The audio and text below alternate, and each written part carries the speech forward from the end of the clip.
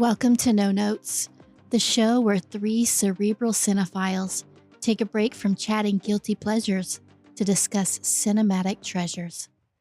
Each month, we'll take turns selecting a film we believe to be virtually flawless, one that had a significant impact on our lives and or helped shape the film lover we became.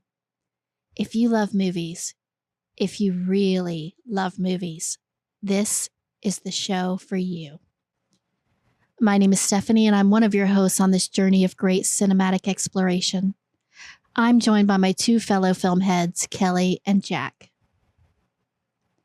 For this episode, I had the honor of selecting the film for us to dissect, respect, and reflect on. I chose the 2013 Gothic fantasy comedy drama film, Only Lovers Left Alive. I'll briefly tee up why I consider it worthy of No Notes designation.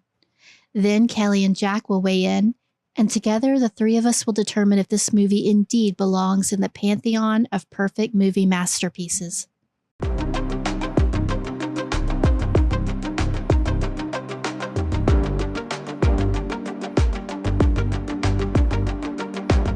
There is a good reason why vampires have always been and remain one of the most popular and enduring movie monsters, simultaneously reflecting the monstrous and the magnetic. Vampires are so compelling and effective as a storytelling device because they work so well as a metaphor for so many things: disease and addiction, sexuality and repression, immortality and existentialism, marginalization, and so much more. But never has a film about the undead been such an apt allegory for what it means to be human. In Jim Jarmusch's masterful Only Lovers Left Alive, vampirism becomes a lens through which to examine the fundamental paradox of human existence. Through the eyes of Adam and Eve, ancient vampires who have witnessed centuries of human triumph and folly, we see ourselves as we truly are, beings capable of both transcendent beauty and unspeakable destruction, creators of both timeless art and endless waste. The film's unhurried tempo mirrors the weight of centuries that Adam and Eve carry, the slow accumulation of wisdom and weariness that comes with watching humanity's cycles repeat endlessly.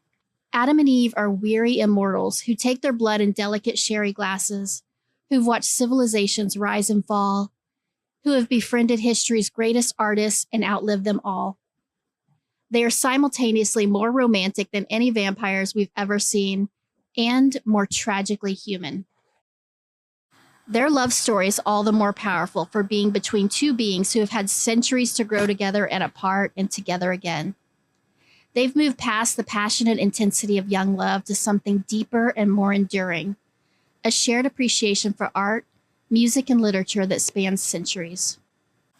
The cluttered, carefully curated spaces the vampires inhabit, filled with books, instruments, and artifacts from across centuries, tell the story of lives spent collecting and preserving the best of human creation, even as humanity itself seems intent on forgetting its own achievements. Yet the film never lets us forget that these vampires are themselves human creations, reflecting our own highest aspirations and deepest flaws. Most powerfully, the film suggests that true immortality lies not in the vampire's eternal life, but in the art and culture humans create. When Eve reminds Adam of the artists and scientists they've known, Byron, Tesla, Schubert, we understand that these mortals achieved a kind of immortality that even vampires might envy. Their works continue to move and inspire centuries after their deaths. Only Lovers Left Alive is ultimately a love letter to human creativity and its power to transcend time. It suggests that our capacity for creation is what makes us truly alive, truly human. In the end, Jarmusch has created something extraordinary, a vampire film that makes us feel more human. It's a meditation on time that feels timeless, a story about death that celebrates life, and a critique of humanity that ultimately affirms our worth through our ability to create beauty in the face of inevitable decay, to embrace love in the face of inevitable loss. An absolute masterpiece. No notes. Time now for the main event. so had never actually seen it, although I am a Jarmusch fan. I had not seen all of his films, but I have seen a good chunk of his films. I think my favorite Jarmusch movie over the years has been Ghost Dog, Way of the Samurai. Yes. With Forrest Whitaker. Love that movie. Love the aesthetic. Love that he tends to gravitate towards the people on the periphery. He does not want to make mainstream movies. He is anti-mainstream, although he is also very much a sponge of the mainstream. So while he's very cognizant of what we would consider mainstream and popular and pop culture in general, Jarmusch kind of distills it down into his own kind of different viewpoint. It's a little left of normal. I have a mad respect for that. I think he's one of those rare current modern filmmakers that can make a movie like this where there is a plot, but there kind of isn't a plot, and it's kind of structured like a movie, but it kind of isn't. Not a lot of filmmakers are allowed to get away with this, and I know that he kind of had to beg, borrow, and steal to get this movie made, if you will.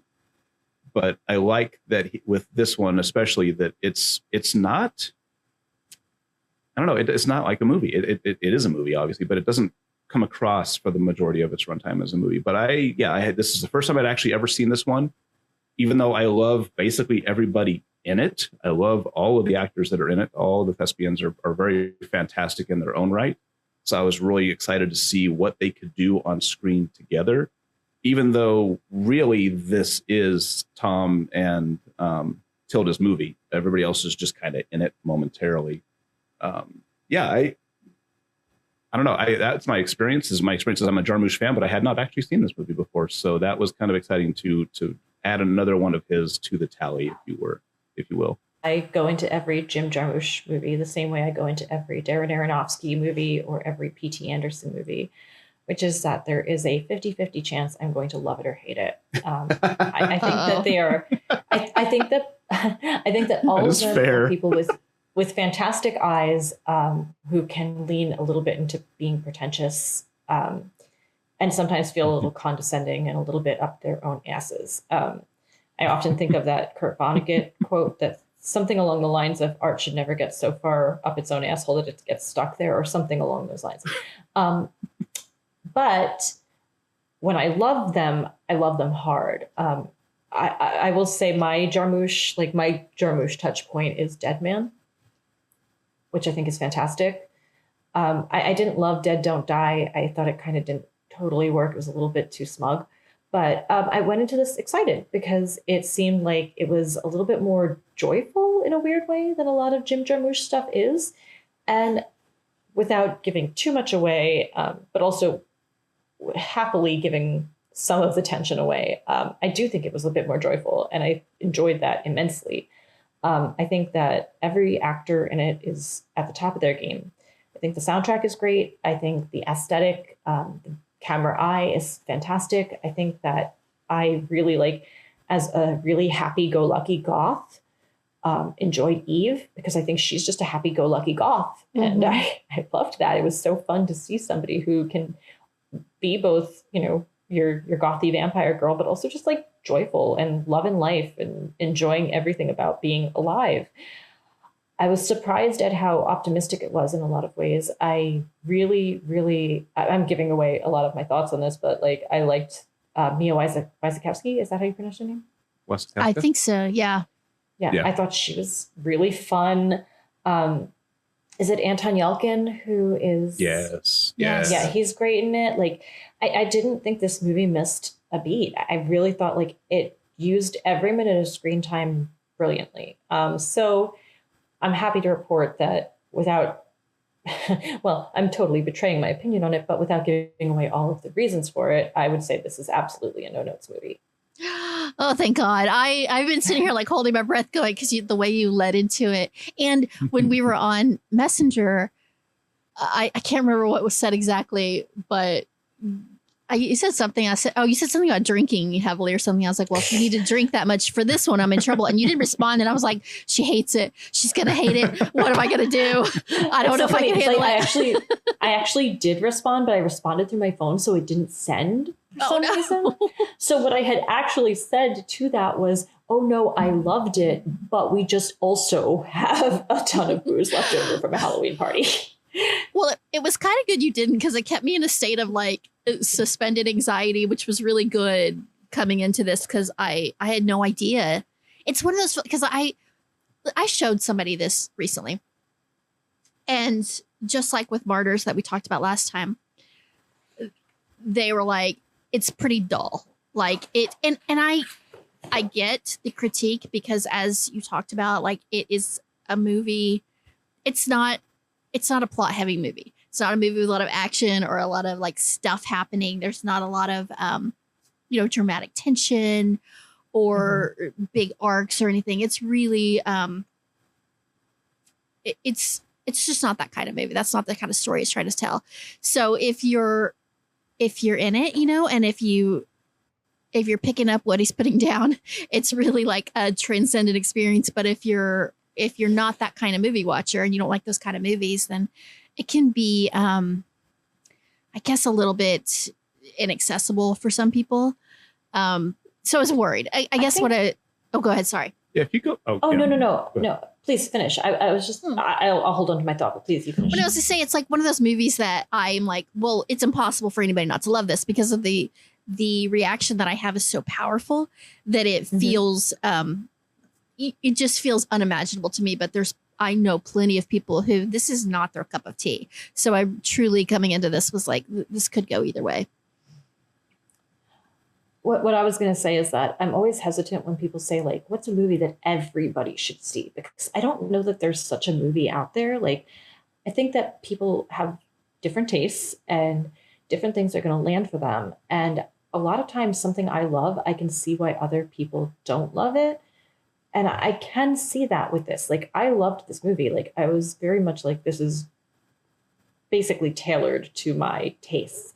But a lot of it hinges on how much you enjoy hanging out with Adam and Eve for like 2 hours. And if you don't identify with either of those characters in any significant way, then like I could see that the movie really is kind of, it's not, like you said, it's not plot driven.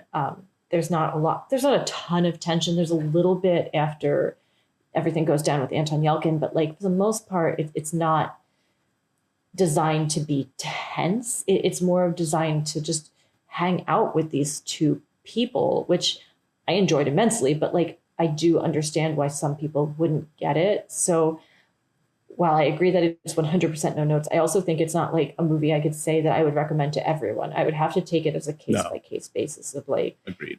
This is what you like. Okay, that's great. Will you like this? Maybe not. Like, maybe you're somebody who likes like the Fast and the Furious movies, and that's okay too. But like, if you are somebody who watches primarily like Vin Diesel movies, you're probably not going to enjoy this also, unless you also like, I don't know, like Magnolia or something like that. Like it has to be taken, I think, on a case by case basis. It's you also have to know what you're walking into. Like if you don't know, if you're not a Jarmusch fan, if you haven't seen his movies and you're like, oh, okay, well, I just watched Renfield, I'm up for another vampire movie. Hey, this one's got Tom Hiddleston. Sweet, I'm in. You're not getting what you think you're getting, and so you have to.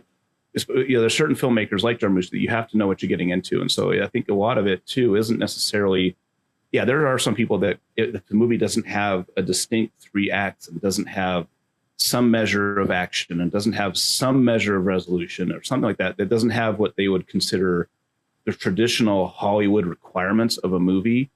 There are a lot of people that just watch those movies and only those movies, which, okay, that's fine. I mean, not for me to say that whether that's good or bad. I enjoy those movies too, but if that's your only cup of tea, then you are not going to like this movie at all, because this movie is not going to make any sense to you. You will be bored. It's because this is not a movie. Like I said, it's not traditional film. This is almost the equivalent, like we were talking with Arsenic and Old Lace. This is almost the equivalent of a stage play in the way that it only takes place in a select few locations, has very limited cast, nothing extraneous, no big complicated set pieces, no special effects. It's all acting and music, right? So it's thespianism and sound. That's all you get. That's the only thing that you get to really carry this movie. And of course, really, inventive and good camera angles. But outside of that, this is not a traditional movie in the sense that most people like think of when they think of a movie. So yeah, I think the standard film goer, not knowing what they were walking into would be kind of thrown for a loop. I think too, like people who are like going into it thinking this is a vampire movie and they're basing it on even like, let's say, let us all sniff the air and say highbrow vampire movies like Let the Right One In or Bram Stoker's Dracula or whatever. Like there's still an element of like, there's a very specific narrative thrust. There's an element of danger and like, there's not really much sense of danger in this. That's not really what it's trying to purvey. And that's something I respect about it. But still, if you're going in expecting even like a sort of, I hate to use this word, but like an elevated vampire movie, it's still not what you might be expecting because the vampirism is so secondary to the kind of tired ennui of Adam and the joie de vivre of Eve.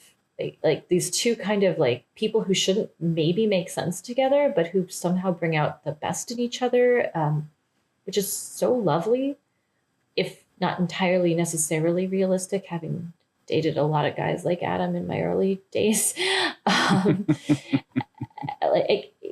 think it's a really like profoundly human movie, which is an odd thing to say for a vampire movie.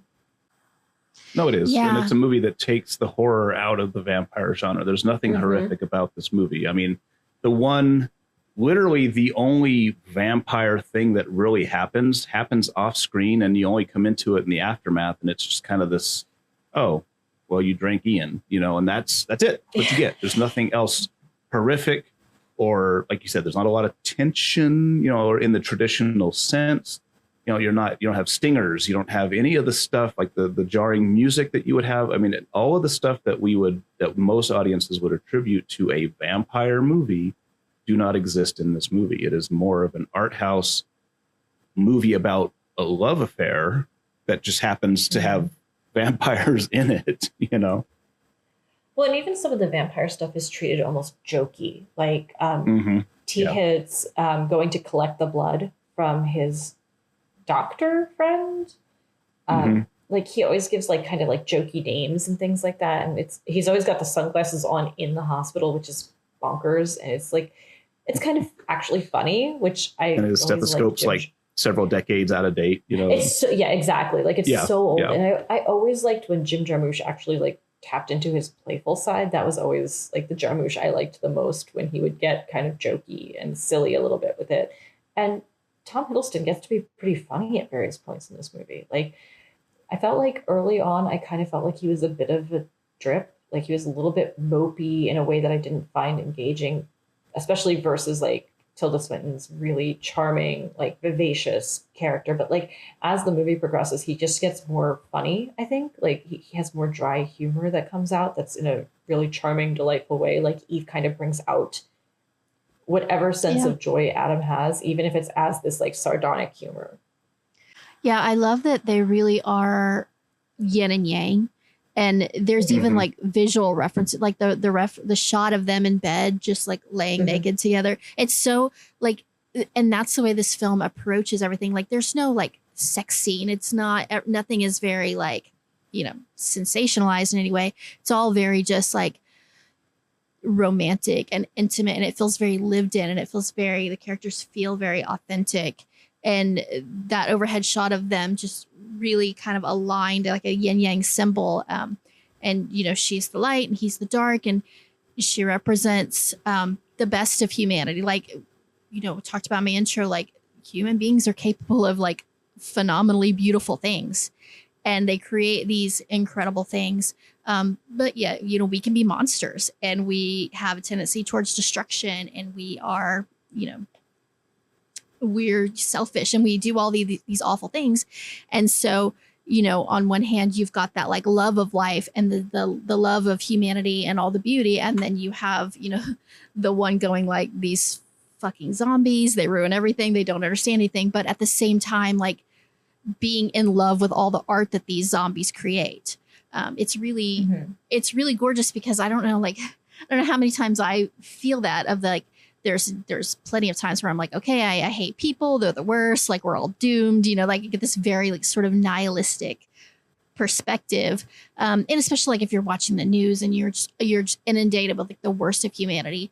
And yet like I'm an artist. I'm an art lover. You guys know, like I love film. I love music. I love all of the beauty that humans create. And so it's hard to be like, you know, on one hand, you can be like, oh, we aren't worthy of existence. And on the other hand, you're like, but look at the beauty that we bring to the world at the same time that we're destroying it. It's really, we are walking contradictions. And I think this film like represents that with Adam and Eve in a really beautiful way. I feel like this movie, I think this is the movie equivalent of people, and I include myself in this statement, saying that we a lot of us say, I think I was born in the wrong century.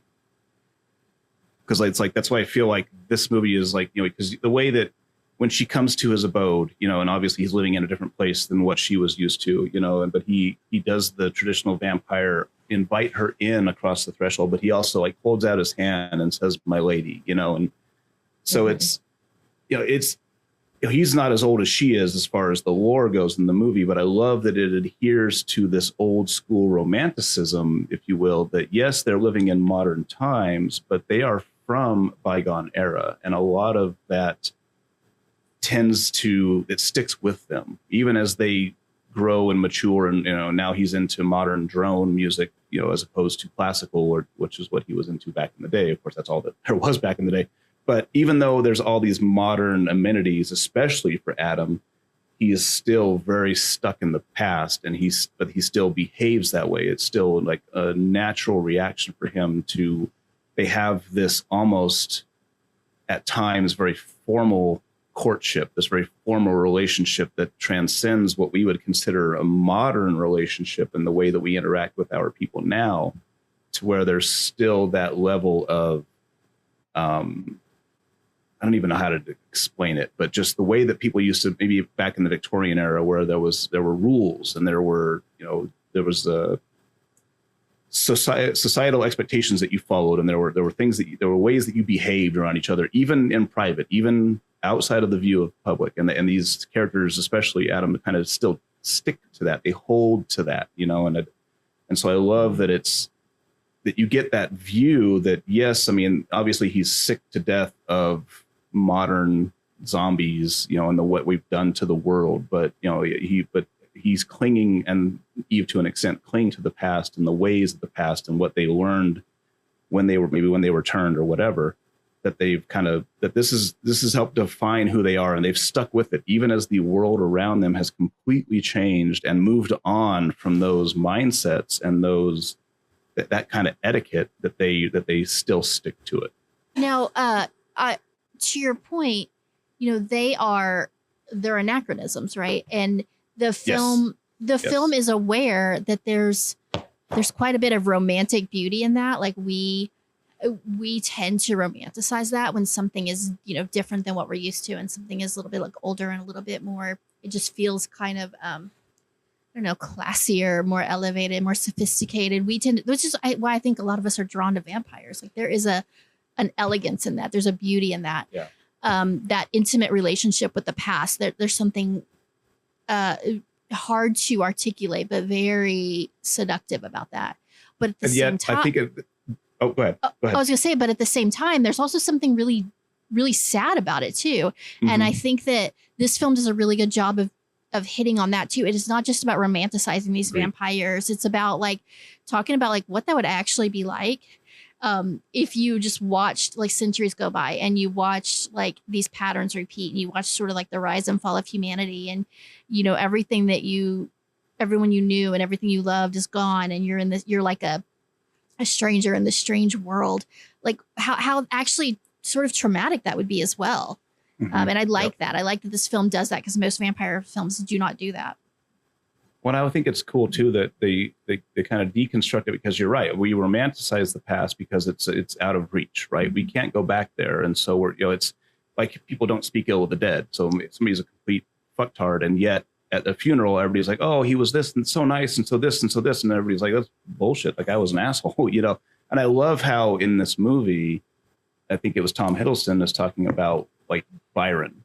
Lord Byron, and he was a pompous ass, and we're like, oh, like he's one of the great writers, and he's just like, that guy was a dick, and so I like that, how that he can kind of, within this movie, they can kind of deconstruct the history, especially with Shakespeare and Marlowe, right, and kind of cast that the romanticism of the past aside, even while glamorizing some of it, by also like showing these characters who lived through it, and they're just like, yeah, that guy was a complete fucker, Well, and you think about like now, like we have access to so much information that like how many of our heroes and our great artists have like turned out, we find out like, okay, they're actually like the worst human beings alive. They're the worst ever. And how much of it, like, and I think we deal with that trying to reconcile, like, okay, this art is transcendent and it has been a huge part of my life and it has helped shape who I am. And yet the person who created it is disgusting, and I would never want to be in the same room with them, and they're monstrous. And how you reconcile that like, again, we're monsters who are capable of this like extraordinary beauty, just like vampires. Like it's such a great metaphor for that and for what humanity really is, the good and the bad. Oops. Kelly, sorry. Oh God, no, don't apologize. She's like, she left the room. She's like taking a nap. She's like, oh, I'm sorry. What? Nope. Yeah. I've been here the entire time, listened to everything you said. I actually, it's funny because I think that my perspective was similar, but a little bit different in that I kind of feel like Adam is the perfect metaphor for a teenage boy. I think that like the whole like, some of what he says is valid and some of it just feels really edgelordy, like really like, even the calling humans zombies feels a little bit like something that a kid who just discovered punk rock would do. Like they're just getting into the Ramones or whatever. And they're like, I'm so above all of this bullshit. And that's the other side of it for me as well for this movie. Yep. Yeah. And like, I liked that. I kind of liked the idea that like, if you figure that you're immortal, okay, you've been alive for like, whatever, how many years, like, it doesn't matter. Like you're infinitely years old. So like, you're kind of always at adolescence. Like you're never going to not be adolescent. And I liked the idea that like his like kind of petulant Eve pretty much comes in and tells him at points, like, you're being kind of like a fucking drip. Like it's not fun. And you have like you have so many advantages that like humans don't have. You seem to have all the money in the world.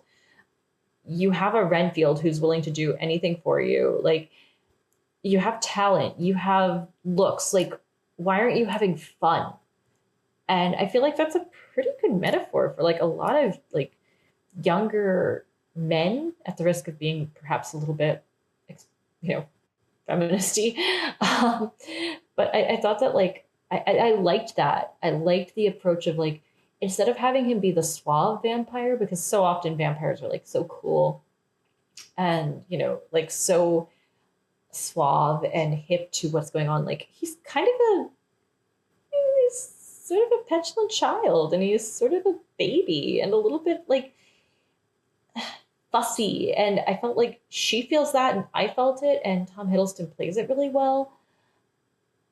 And he gets funnier as it goes, but still at the same time, you're kind of like, you have so much going on for you that people would kill for, and you're so grumpy about it, and you're insisting on staying in this like shitty house, even though you could go somewhere else if you wanted to, but you're going to bitch about being there, even though you could go somewhere else. Like she's proving you could go anywhere else. She's going everywhere, and you're choosing to stay in this shitty house. Like, I thought all of that was really clever, a really interesting subversion of the vampire trope, and just kind of an interesting way of observing the way that some people approach life.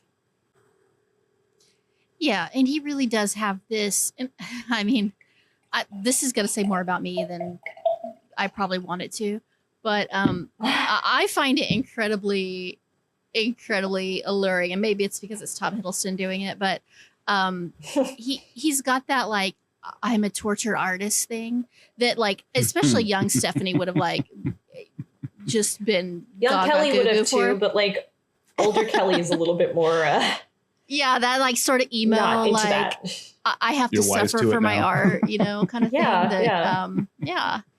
It's it's like one of those things like, And it is, again, like there's this film, like, I don't know, I feel like it has so many layers. It is sort of that like vampiric allegory, because like on one hand, like the idea of it is sexier than the reality, right? Like the idea of the like the brooding, moody, like sexy emo vampire is really hot, right? But then like in reality, if you had to live with that like for centuries and you had to deal with it on a day to day, you'd be like, would you grow the fuck up and stop bitching and stop moaning? And like it would be insufferable. Would you end up being Tilda Swinton and being like, you know what, I'm gonna like globetrot and I'm gonna like love life and move across the world from you. And then like, yes, when you call, I'll come back. But like, am I gonna just like eat up as much of the joy and beauty of the world as I can? And I think I have a note. I have that note. Oh, I'm so sorry, Jack. I didn't mean to interrupt. No, go ahead. Go ahead. If I can I just like really quick finish? Yeah, please do. So sorry. The end of my thought was just that, like, I feel like there's not a lot of representations of vampires who are as joyful as Eve is, and I really liked seeing that. Like seeing, just like if somebody had immortality and all the time in the world and all the like money in the world or whatever, like that they would actually just like have a good time. You know, not like mope and brood or whatever, like they'd experience the world and have fun and be joyful and be full of like life despite their vampirism. And I really loved that. I thought that was a wonderful subversion of a trope of like all vampires are broody and sad all the time.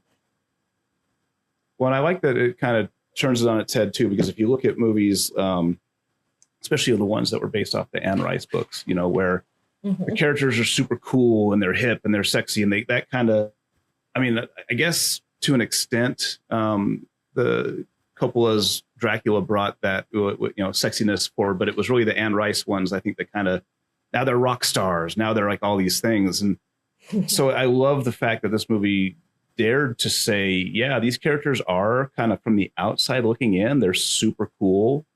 But then look, just to myself, my internal narration was I couldn't stand to spend more than an hour or two with any of these fuckers, like especially Adam. Like Eve, maybe for a while, right? But after a while, even like her, you know, even her flighty kind of nature would probably get a little annoying. But Adam, especially, like just that whole and then the like poor tortured artist act would grow very tedious very fucking quickly. And then like the very real thing of like, oh, here's your sister who I hate. Right. Like, oh, she's shown up and like I have to be nice to her because she's your sister, but I hate her. And it completely kind of changes your perspective on Adam a little bit because she's so bananas, like so like absolutely cuckoo and like chaotic that you're like, okay, I get why he's not enjoying her. She's a lot to deal with. Yeah.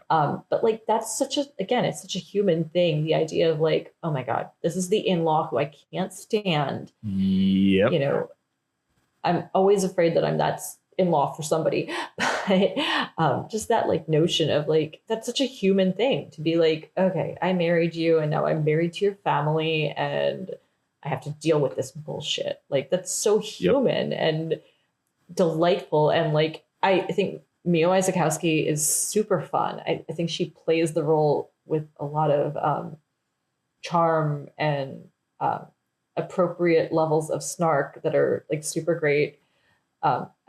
Possibly the only character I truly felt sympathy for in this movie was Anton Yelkin, and she wrecks him. So, but I thought that was a great touch. Again, it was something that really was like superhuman. The idea that like, no matter how old you are and no matter how long you have been walking this earth, there's always going to be that relative you simply cannot stomach. I mean, I know that this is a sacrifice that neither one of you are willing to make. So I'm going to take one for the team and say that I'm willing to try to spend a few hours with Adam. You know, like I'm willing to try to do that. So that you guys don't have science, to right? endure Just for him. science. Yes. Yeah. I enjoyed Tom Hiddleston in this movie. I thought he was really good. I thought he played the role well. I thought at points he was very funny. He did. I thought he looked good. Like I have no complaints with Tom Hiddleston. I just thought like, oh my God, at some point this guy would become insufferable. Like his pain is so much worse than everybody else's pain. And like, he's just listening to The Cure in dark rooms with like sage lit. Like Yeah. Well, and I was like, This is like my dream They date. sound charming for 5 minutes, Yeah. Steph, for like 5 minutes. But like once you started dating that guy, you'd be like, oh my God, he hates oh my God, everything shut that the I fuck like. up, dude. And, Yes. and every time I'm like, oh, I like, you like a Taylor Swift song. He'd be like, oh my God, that's so fucking stupid. Like you should feel bad about yourself. I do have a friend who's like, so there's two types of cinephiles, and I'm one of the types, which is just like, I fucking love movies and can't get enough of them. I can't stop talking about them. And then there's a cinephile, like the film school cinephiles, who, and I say that as somebody who went to film school, so I can say that, who just like hate everything. And the fun of watching movies for them is to critique them and to talk about like everything that they did wrong in this really pretentious, awful way. So they're the goth kids of the movie world. Okay. Yeah, and it's like, yeah, and it's like, you know, it's two sides of the same coin. Like I talk pretentiously about film, but in a way about how much I love him, and my friend talks about them in a way that's like, well, I had some problems with it, and it's all very just like, ugh. And I'm like, can't you just like anything? Can't anything just be fun and sweet and enjoyable? And it can't. And so I get it. It is insufferable. I can't stand it. I'm like, God damn it. See, Kelly says The Cure, and I don't disagree, but I also think that Jim Jarmusch is a lover of Sisters of Mercy, or like at least kneeled at the altars of the Sisters of Mercy, because that was the vibe that I got from Adam, was that he was Andrew Eldritch from Sisters of Mercy with the dark hair and the sunglasses and the super very similar to Robert Smith of The Cure, but kind of different in their own little world. And I was like, as a Sisters of Mercy fan, I was all over that, but it's the same thing. But as much as I love Sisters of Mercy, I could not listen to them endlessly. And that would be like what living with Adam would be. It was be like listening to Sisters of Mercy on repeat 24/7. And it's like, okay, yeah, no, as much as I love them, I can't do it. I think Adam's the kind of person to me who I would like, yeah, I'd have a drink with him and be like, okay, I'm enjoying talking to you. You're intelligent and you have like interesting thoughts on art, and I'm enjoying talking to you. But the idea of living with that person for eternity or a week sounds exhausting. Here is what you need. Here's what we need. We need an ethical throuple. Because what you want is sometimes you want that moody, broody, sexy, like let's hate the world together thing. You want that. It's hot, you know? And then sometimes you want somebody who's going to be like, let's go have fun and love life and, you know, be zesty. But you don't want too much of that either, because sometimes you're just not in the mood for that shit. And like, so having both of them and letting that yin yang, like getting the kind of the both sides would be pretty fucking perfect. That yin yang is the movie, right? The yin yang is the movie. Yes, I think that's the very nature of this movie. Like, it would be kind of impossible, because like the movie suggests that like no matter how much time passes and no matter who may or may not like siphon in and out of the relationship, like Adam and Eve are still each other's Adam and Eve. Like there's no way to be the third in that, because like they will always be. I don't to each like other you killing my dreams. I really don't. I really feel like you are against me in this, and this is my dream. Steph, if you find two sexy vampires to like, you know, get into a throuple with, I fully support that. Thank you, because I'm looking for that. I'm working on it. Yeah. She's actively searching. I am. I'm doing everything I can. It hasn't happened yet. You've heard that, listeners. If you're two sexy vampires, have we got a deal for you right now? Yep. We know a girl, a podcast host who's really into what you're selling. But if you distill this movie, if you distill the majority of the scenes of this movie down to their basic elements, then this movie is essentially about two old married people reminiscing about how great things used to be, while being bemused, or, I mean, sometimes flat out fucking annoyed at the younger generations around them. I mean, if you look at it, Adam and Eve, for the most part, they're solitary creatures, and they like eschew human contact in favor of their hobbies, which is like music and electronics for Adam, and literature and nature for Eve. They prefer their routines, right? They prefer the safety provided by their insular nature. This is really, I mean, he wanted to make a love story that happened to have vampires, and I think he did that. I think he really nailed the basic elements of an old married couple kind of at the end of their run, if you will, and you know, kind of the things that will befall them as that happens. I mean, because it seems to cover all the beats of two lovers growing old together, growing closer, like you said, Steph, while growing apart. while the world moves on around them. I mean, if you look at it, you've got the gentrification or the outright ruin of a once beautiful neighborhood that Adam lives in. You've got the loss of friends or family, the intrusion of unwanted guests or family, the predilections of youth, and at the end, really, the inevitability of death, even for the deathless. So this movie is about that yin and yang. I think this movie is about kind of the crux of the human condition of love. And whether it's two people in love or whether it's polyamory, whatever, at the end of the day, we're all going to face this, undead or not, we're going to face this. And I think this movie kind of encapsulates that quite well, and just happens to also feature vampires, I agree. And I think that what it does really beautifully, and perhaps to me, the main point of using the vampire conceit is the suggestion at the end that no matter how enlightened and fulfilled you think you are, you're always going to fight for a few extra minutes. The idea that they are vampires and they have something that they consider, there's sort of a code, and still at the end, they're going to go after that couple. They're going to eat them. Right. That's the suggestion, right? Even though then they know it's probably going to kill them. Right. Right. But they just need those extra minutes. And I think that there's something really beautiful about that idea that that you can have a relationship where you feel like no matter what we've been through, we just need whatever time we can take, whatever extra minute, whatever extra moment we can steal together, we have to do it. And I think that's the best justification for bringing vampires into it at all. Because you can do the whole, spanning empires and blah, blah, blah, blah, blah. But I think at the end of the day, the most interesting aspect of it is these immortal creatures who have that taken away from them, who have maybe not considered even the possibility of having it taken away from them until that point, still want to get every second of life together they can have. And I think that's kind of beautiful. Yeah. Well, even with Adam, where in the beginning, he's contemplating suicide. He's thinking about it. Mm-hmm. He's whether or not he's actually going to go through with it. Yeah. And she comes back, and then they kind of rekindle, and they realize, and and then it's all of a sudden, even with that preliminary feeling of maybe I want to end it, maybe I'm done with this. At the end of the day, he's like, no, I'm not done with this. I'm going to fight for every minute. Mm-hmm. He's not going to go quietly into that good night, right? So. Yeah, and I think that's a legitimately kind of beautiful sentiment. Mm-hmm. It's a very human sentiment too. Yeah, it's extremely human. Yes. The idea of loving somebody so much that you want every second you can get with them is really beautiful.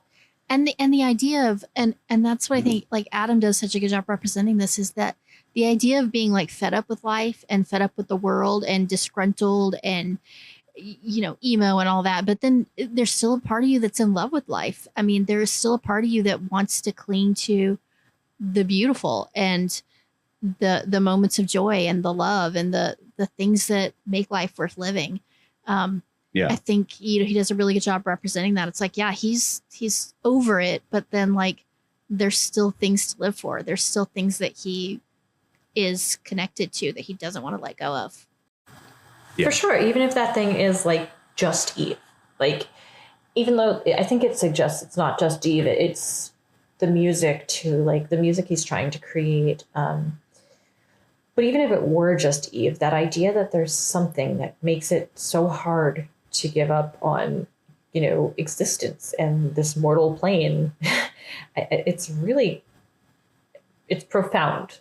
In a way that doesn't hit you over the head with it. That's not making you sit in the filmmaker's self-indulgence or their whatever masturbatory nonsense. It feels instead like Jarmusch finally found a really great metaphor to just say what he wanted to say, and to express a sort of existential sadness, but also a profoundly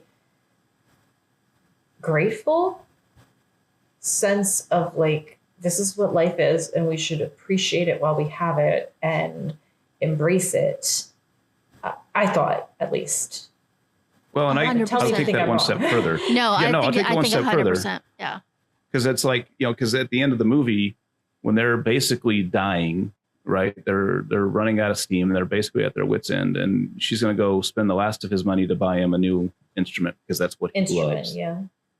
And he's sitting there leaning up against the wall, and it's not even her that's really getting him out of it. It's a random singer, just that he happens to hear, right? That it's, and all of a sudden he's alive again. He's interested again. And yeah, he's still slowly dying, but right in that moment, he doesn't care. He's found something beautiful, and so it's, I think in that yes, is it Eve also? For sure. But for him, he kind of forgets, and he's kind of locked in his Detroit crumbling neighborhood, just surrounded by all the shit that he's always surrounded by. He's not learning anything new. He's not seeing anything new. And even though he doesn't want to ever leave the comfort of his home, he is that old person who is now well into their twilight years where he's like, I'm comfortable here. I don't want to go anywhere. There's nothing left for me to learn, and even then, when right on the death's doorstep, he hears a beautiful music that he would never have heard, right, if he had never left his house. And I think that too, again, it's to Steph's point, there's so many things to live for, and we all have our own, we all have our things. And for some people it's others. For some people it's adventure. For some people it's music, literature, whatever it happens to be. And for him it's music. And I think I love how Jarmusch kind of just with that little scene of some random singer who happens to be kind of a big deal, but in the movie she's not a big deal, not yet. And he just hears her and kind of snaps him out of that ennui and kind of that death spiral. And now he's like, you know what? This is fucking awesome. And she's awesome, Well, I love that scene because he's been so like consumed with the past and with like bemoaning what's lost and bemoaning how like, we don't make art like we used to. We don't have like the greats like we used to. And then he like discovers that people, even in these horrible modern times, these horrible modern people, we're still making great art. We're still putting beauty out into the world. There is still creation happening that is beautiful and worthy of praise and worthy of like getting immersed in. And I think that's a really profound moment where he's like, all hope is not lost, right. In this sort of like, I don't know, really poignant way. I love that.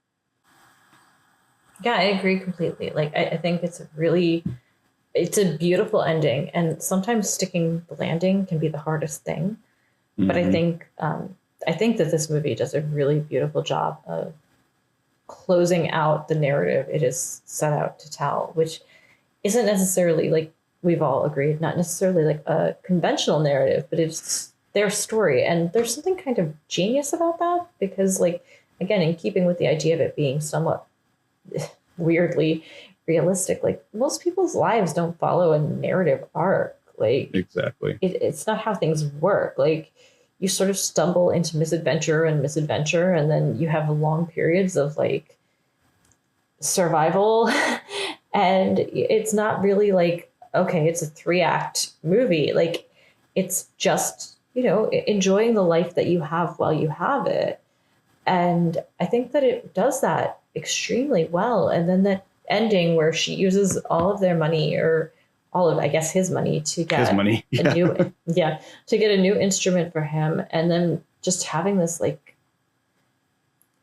this understanding of each other is really lovely and really powerful. And that ending of them just sort of understanding the same page and the same motivation it's really quite lovely. Even though you kind of want them to not do what they're going to do, you still feel like, okay, this makes a lot of sense. Yeah, 100%. I had a question.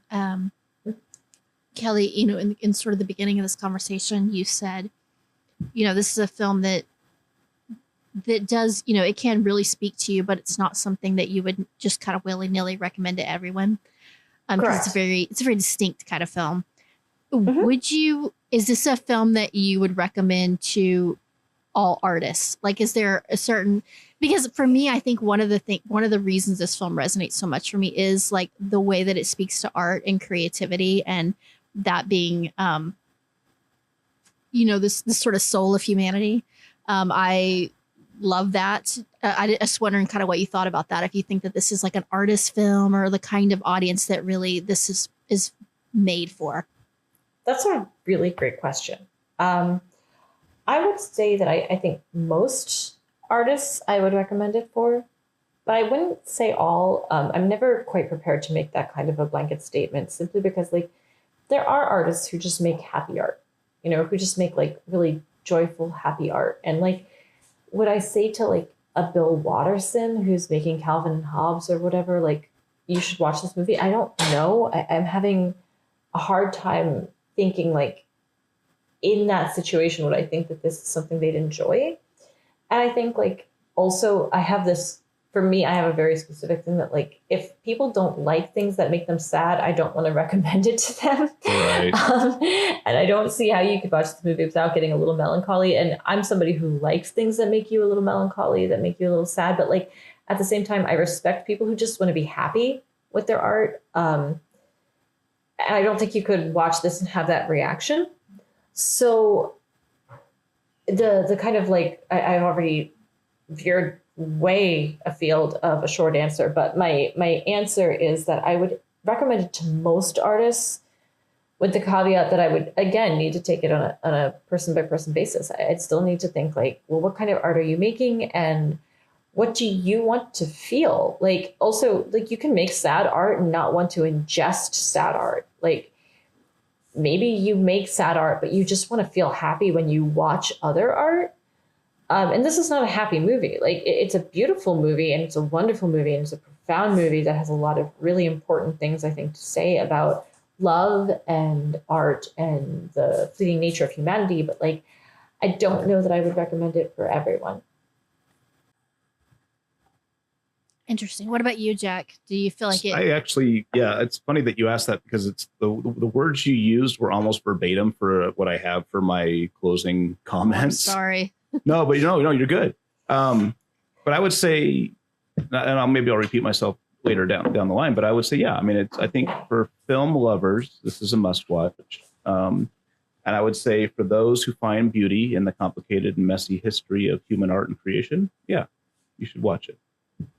Because the history of art and creation is complicated. I mean, you look at all the conspiracies and the surrounding Shakespeare. Look at all of the drama with Edison and Tesla. Look at all these things where, for the longest time, these history books just had this very one-note narration for how this all went down. And as more facts get uncovered and we learn more, we're like, holy shit! Like all of these heroes that we thought we had, they were all fucking dicks. And they were all awful people, or the vast majority of them were. And all these things that we thought was this beautiful moment of creation stemmed from jealousy and hatred and rivalry. And, it's not a pretty picture, like where we've come from. If you look at the way that medicine has evolved, and a lot of our scientific breakthroughs came from really awful experiments on people and really awful moments,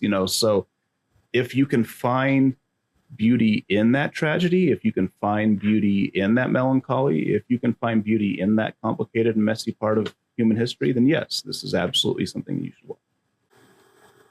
You almost can't live a life where you don't learn to appreciate certain things. Like, no matter how much you want to be separate from it, like if you are part of the culture and if you are part of art, like you're going to start to see things that you enjoy and things that you appreciate. And especially for somebody, a filmmaker like Jim Jarmusch, that feels so goddamn optimistic, honestly, like so hopeful that like, no matter what happens, eventually something's going to make you want to live. Something's going to make you feel invested in this world, this world you are in the moment. And I love that. I love that it's a weirdly hopeful movie. What you experience in this film is dependent on kind of what you're bringing into your viewing of the film. And that is, I mean, this film is a love letter to art. Like I think at the end of the day, that's probably one of the biggest themes. Love letter to art and creation, and how that like makes life worth living and makes the world a beautiful place in spite of all the ugliness. And art, great art is like, it affects everyone differently. That's part of what makes it so powerful, is that like it speaks to you where you're at. And it that's why like we, depending on like when we watch a film or when we read a book or when we like, first encounter a piece of art, we will have this sort of, because of where we're at in our development, it will have this like profound impact on us that never leaves us. And if we had read the book, if there's a book that does that, like, the Catcher in the Rye type of book, if you read it like 10, 20 years later, it's still good literature, but it doesn't affect you in the same way. It doesn't have the sort of profound transformative impact on you because it hit you at the right place at the right time and it spoke to you on a level where you were at. That's what I think phenomenal art does. And I think that this film is both a love letter to that and a perfect example of that.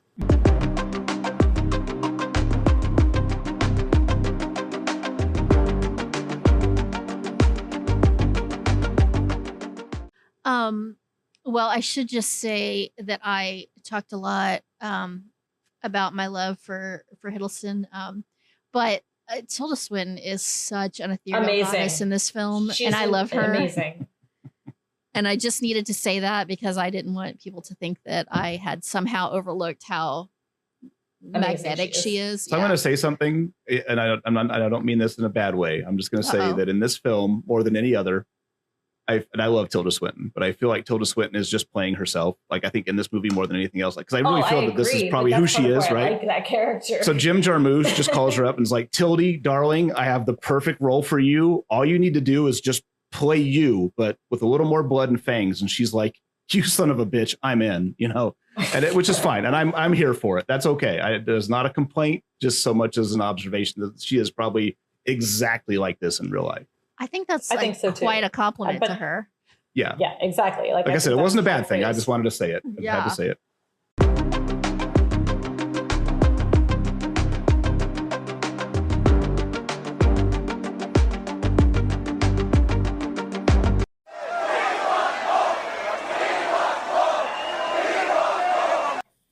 Okay.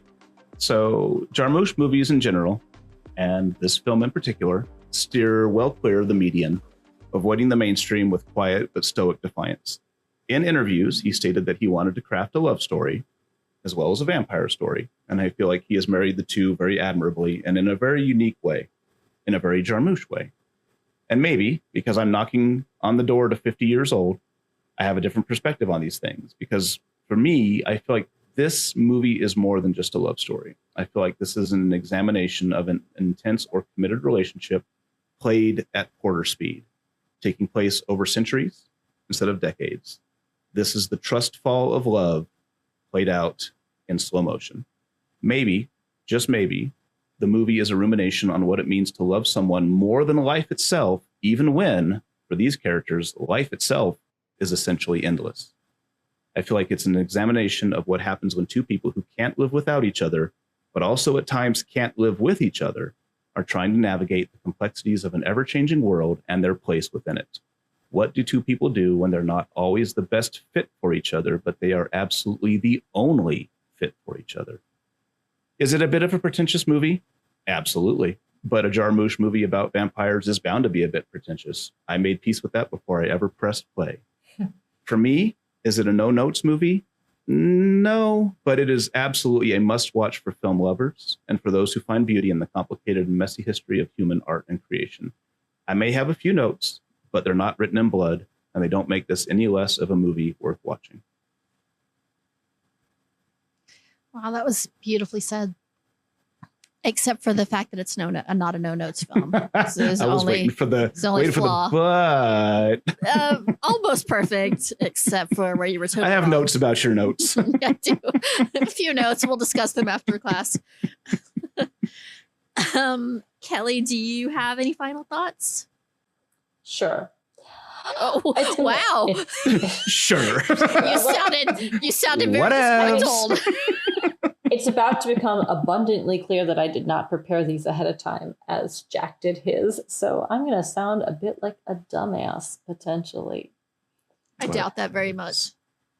Well, lean into that feeling, friends. I went into this movie trepidatious, to be totally frank, because I've had mixed experiences with Jim Jarmusch, and I felt entirely like I could go either way.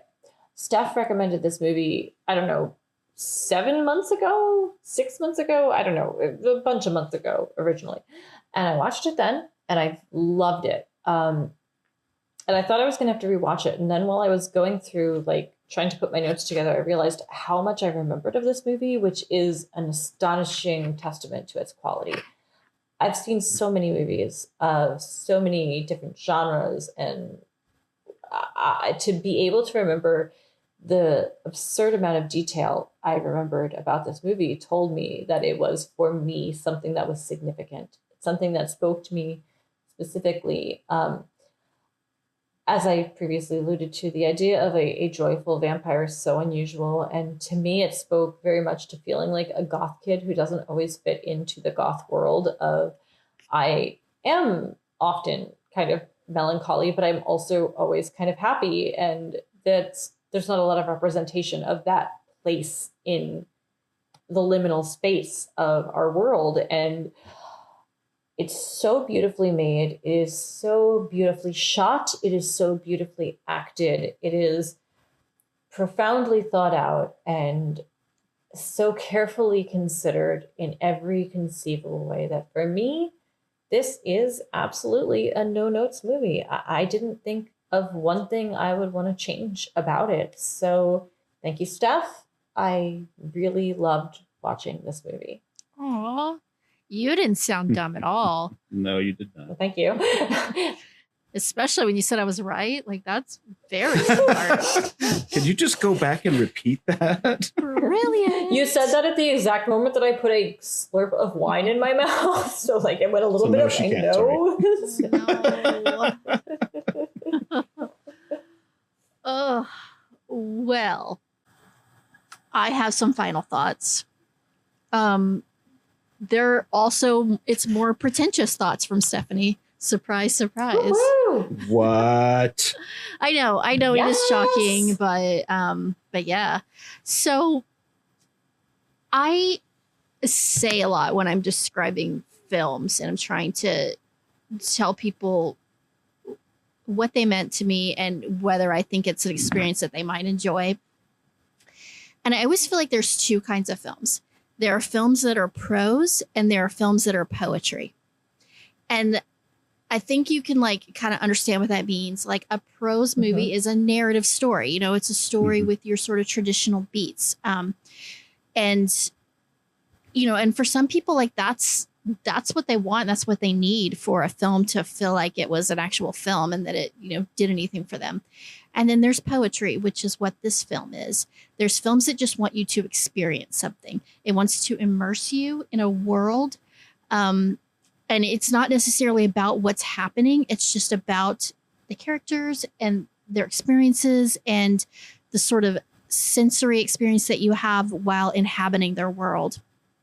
And I fucking love films like that. And that is the pretentious person in me that just loves that art house sensibility and loves films that just take me to places, which is what this film does. And again, like I can understand why it wouldn't work for everyone because of the nature of what it is. I think it's, Jack, I think you mentioned this. I think this is a film that, you know, is something that when it's being made is made with the understanding that it's not for everyone. It's made with the understanding that it is like geared to a very specific audience. And it's got a very specific thing to say, and it doesn't care at all if you don't like it. And not in a like elitist kind of way. Well, if you don't like it, then you're, you know, screw you. But in a way that like, hey, this isn't going to be the experience that everyone resonates with. But for those that do, it can be transcendent. And because I think this film is poetry, I did, of course, prepare a poem in celebration of it. And so I will share my very final thoughts in the form of poetry in a very loving tribute to this film. So here we go. In Detroit's dying light, where shadows dance, where ancient souls drift through abandoned halls, two lovers older than remembrance share wisdom gathered from 1,000 falls. Through centuries of human folly past, they've watched the rise and ruin of our kind. Each golden age too beautiful to last, each legacy we seem too quick to blind. O Adam, in your fortress of decay, surrounded by the ghosts of music past, Your fingers trace the strings that softly play. The songs you pray will somehow always last. And Eve, pale phantom with your ancient books, your wisdom flows like blood through ageless veins. Each page you turn, each gentle knowing looks, holds memories of love that still remains. Oh, lovers left alive beyond time's reach, your story speaks to what we might become. Not perfect creatures, but souls that breach the walls between what's dying and what's to come. In Jarmusch's lens, you dance your ancient dance, two shadows moving through eternal night, reminding us there's always one more chance to make our mortal moments burn more bright. For in the end, what is this film but this? A mirror held to our eternal soul, reflecting back both agony and bliss, the parts that break and the parts that make us whole. Through vampire eyes, we finally see it clear, our capacity for glory and for shame, the reason why we build our temples here, and why, despite it all, art feeds the flame. So let us raise our glasses to this tale, to Adam's gloom and Eve's eternal light, to love that makes our brief lives seem so pale, yet gives us strength to rage against the night. For in this film we see ourselves at last, both monster and creator, fool and sage, both slaves to time and masters of the past, still writing beauty on each turning page. And Yay! Thank you. Yay! And that for me Once is why again, this is a that's no awesome. notes film. Nice. Oh, you're so good at that. Thank you. Mhm.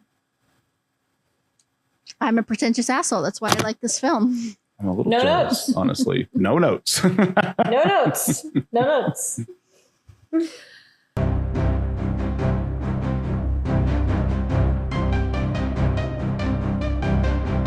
Well, that is our show, folks. Thank you so much for listening, and we hope you enjoy this foray into film passion. If you liked what you heard, please consider giving us a 5-star rating on Spotify or a 5-star review on iTunes. That really helps more people discover us, and we would greatly appreciate it. And remember, in a mad, mad world, movies help remind us of our humanity and capacity for great beauty. Film criticism is important, but film celebration is essential. Until next time, take note of the movies that matter and join us in proudly proclaiming no notes.